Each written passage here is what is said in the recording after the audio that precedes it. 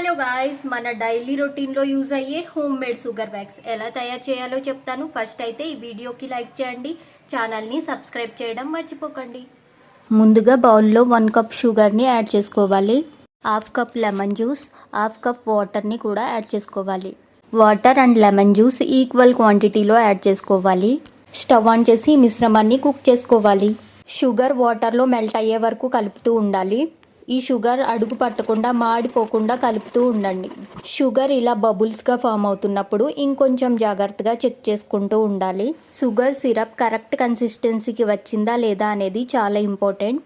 అందుకే 1 cup water తీసుకొని అందులో షుగర్ సిరప్ వేసి కన్సిస్టెన్సీ వచ్చిందా లేదా అని చెక్ చేస్తున్నాను. మళ్ళీ చెక్ చేస్తున్నా ఈ సిరప్ రెడీ అయిందా లేదా అని. ఈ సిరప్ లూజ్ ఉంది, బాల్లా ఫామ్ అవ్వట్లేదు అంటే వ్యాక్స్ కన్సిస్టెన్సీ ఇంకా రెడీ కాలేదు. వ్యాక్స్ ఇలా లూజ్ ఉంటే హెయిర్ని రిమూవ్ చేయలేదు. ఎవరైనా ఫస్ట్ టైం ఈ వ్యాక్స్ని కుక్ చేస్తున్నట్లయితే బబుల్స్ ఫామ్ అయిన తర్వాత ఇలా అస్తమాను చెక్ చేస్తూ ఉండాలి.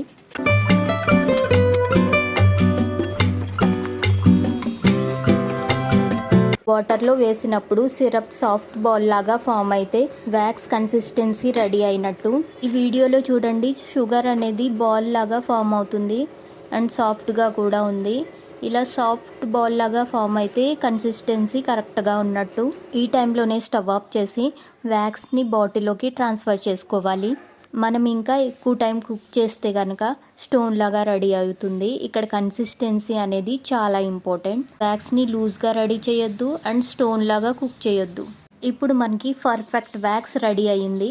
చూడండి గైస్, హోమ్ మేడ్ వ్యాక్స్ ఎంత మంచిగా రెడీ అయిందో. ఇప్పుడు టెస్ట్ చేసి చూద్దాం. వ్యాక్స్ హీటర్లో ఈ షుగర్ వ్యాక్స్ మెల్ట్ చేసి హ్యాండ్కి అప్లై చేస్తున్నాను. న్యాచురల్ హెయిర్ గ్రోత్ వైపు వ్యాక్స్ని అప్లై చేస్తున్నాను.